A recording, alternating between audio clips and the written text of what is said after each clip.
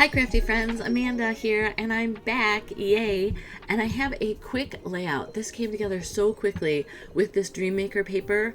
I'm just quickly flipping through some of the colors and the patterns on the paper because I absolutely love it. I think this could work for so many different themes or types of photos. I really think this is a very versatile pack. Previously, in one of my layouts earlier in the month, I had matted these two photos of our grandniece, thinking I was going to use them on my layout because they were 4x6 photos. They were a little too big for me.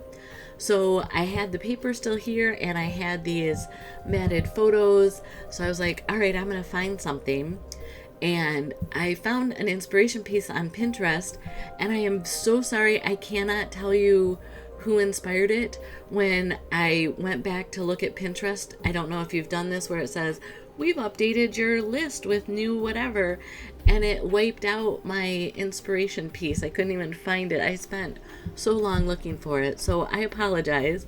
But it was all these wonderful layers of texture and color behind a feature photo. So that's where I'm going with this, and I'm trying to find the balance between the colors and the photos, and then also not overwhelming the photos with too many patterns. So I'm walking you through the whole process today. I'm kind of showing you my process.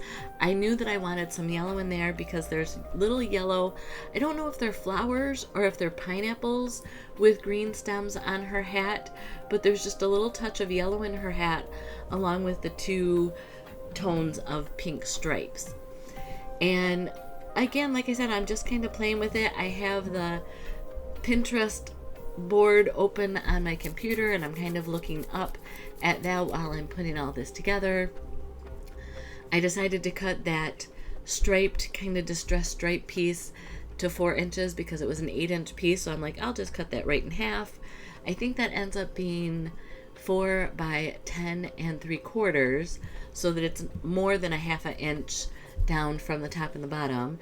And then this itself ends up being a 9 by 11 or a 9 by 10 3/4, same kind of framing as the up and down piece, but it's going vertical or horizontal, excuse me, and the other one's going vertical. And I haven't even cut my base page off yet. I'm just kind of getting the basics going. And the inspiration layout did have the corner of that paper flipped over, so I'm trying that. I'm just really just having fun. We're home. We've had a couple of busy, hard travel weeks. Some good, some bad, some more good and some more sad situations coming up in our life. But I was so excited to be back in my studio.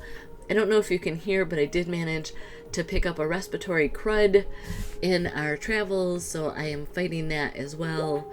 But again, for me, the studio and scrapbooking and telling my family stories really is my happy place. And the more that I have, the more life I live and experience, the more I see the value in telling these stories and getting them recorded, and the everyday silly moments that we sometimes forget. And so I really enjoy the fact that I've been able to go back and relive some of my kids' funnier moments. Our oldest used to call, we had a room at the farmhouse that was the furnace room because it used to have a wood burning furnace in there, and so there was room to stack wood and you could stoke the furnace all the time. But it was upgraded to a oil burning furnace, so we kind of used it as a butler pantry for some of our bigger mixing bowls and the roasting pan and things like that. But our oldest always called it the furnacer room. So I think those kind of stories are the ones that we need to capture. So that's exactly what I'm trying to do. My niece and nephew, they don't scrapbook, at least not yet. I'm working on her. But she is a marvelous writer, and so I'm hoping by giving these pages that she will go through and write some of the stories that she remembers from these times. And we're going to get to see them next week for a family gathering. And so I'm hoping to be able to find room in the suitcase to pack a couple of the pages that I have done so that they can add them to their album. And here, this layout is just, like I said, it came together so quickly. It was layer on layer. These pages from the Dreammaker all just work so well together. Any of the supplies and tools that I use, most of them are going to be from close to my heart. I've been with them for over 17 years now, and so that's what's in my stash. Their paper, to me, is phenomenal, and it just coordinates with each other, and it coordinates with papers going back 10 years because the color family is there. I don't know if you saw, but I have on my Winnie the Pooh sweater that my oldest crocheted as a Christmas gift for me, because I think with getting this cold, I was having a hot cold moment, and so I went and grabbed my sweater, and it's just perfect. It has the 3/4 length sleeves on it so it doesn't get messy while I'm crafting. I thought that was just so thoughtful. So here I'm showing you that I gutted out some of the papers that are behind the photo so that I could have the same exact tone on tone without cutting into a whole new strip. And I used that old heart card front die cut that I'm just grabbing a variety of sizes and colors of the hearts. I don't necessarily want to go yellow, red, yellow, red, yellow, red. So I'm just kind of looking at what I have. I use the color cardstock for the yellow. So the back side is solid, but the front has some more swirls and ombre effects. And then it's funny, it's about this point that I'm enjoying what I'm seeing. I just feel like I need a pop of color, especially with that hat. So from my stash, I grabbed that green, and then I also have, these are the pear fundamental compliments, I think they were called. This is going back years, but they work so perfectly because they have a whole slew of hearts with the sparkly paper. So I'm adding those on there into my heart little banner. And I'm just going to kind of pepper these almost as if you would use a gem. In fact, that's how I found them, as I was looking for some gems in my stash. And this green pear compliment literally was like higher than all the rest in my storage. And it was like, pick me, pick me. So it just worked out well. I'm grabbing one of the bows that came from it. I'm not sure what I want to do with that extra heart. I feel like the bow in the bottom is missing something. It's kind of just standing out there.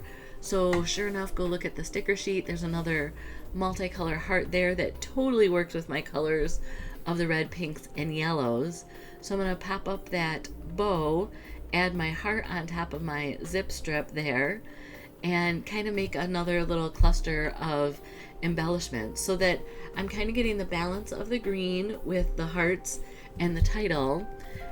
I think that pop of green really helped bring your eye into little Maggie's face. I just think it's fantastic. So it was one of those lucky circumstances that I'm really pleased with how it turned out. And then of course I had to do a dot of a heart for the word smile. And then I'm just going to add one more up here by the title, kind of again as a scattering. And this layout's done. This came together so quickly. If you haven't seen the Dreammaker paper, go ahead and check it out. I'm using it here with pinks, and I added the green obviously, but it has those teal tones of Lagoon and Glacier. So it's just a fantastic paper pack. I hope you have a great day. I look forward to catching up with you again. Here's another video you may be interested in. Blessings.